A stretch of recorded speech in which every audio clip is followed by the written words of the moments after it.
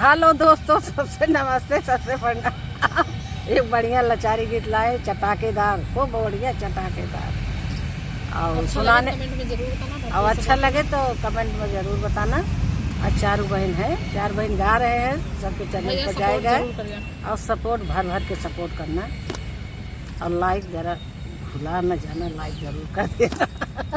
चला गोरी बरन कई गोलिनिया तो अंगिया कई पातर तो अंगिया कई पातर हो गोलिन धाइली सिरे पे कुटवा तो दही बेचई निकली तो दही बेचई निकली नी हो गोलिन धाइली सिरे पे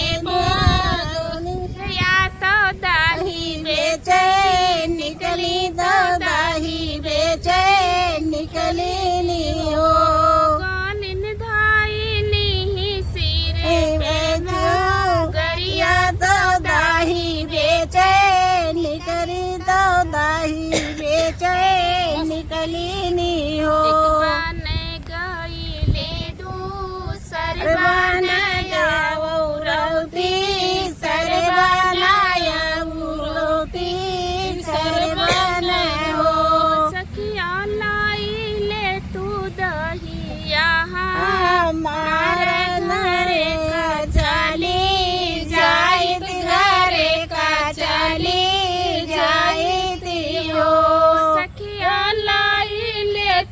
दहिया हमारे घरे का चली जाइत घरे का चली जाइती हो बहनी लाई ले तू दहिया हमारे घरे का चली जाइत घरे का चली जाइती हो अपने महलिया से तो बसिया जावई तो बसिया जावई हो गोलिन हम ले दहिया तो हार गने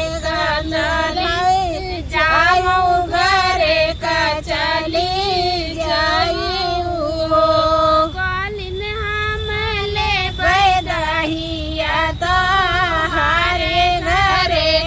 चली जाऊ घरे का चली जाऊ एक पाग धर लियो सरवा दो सर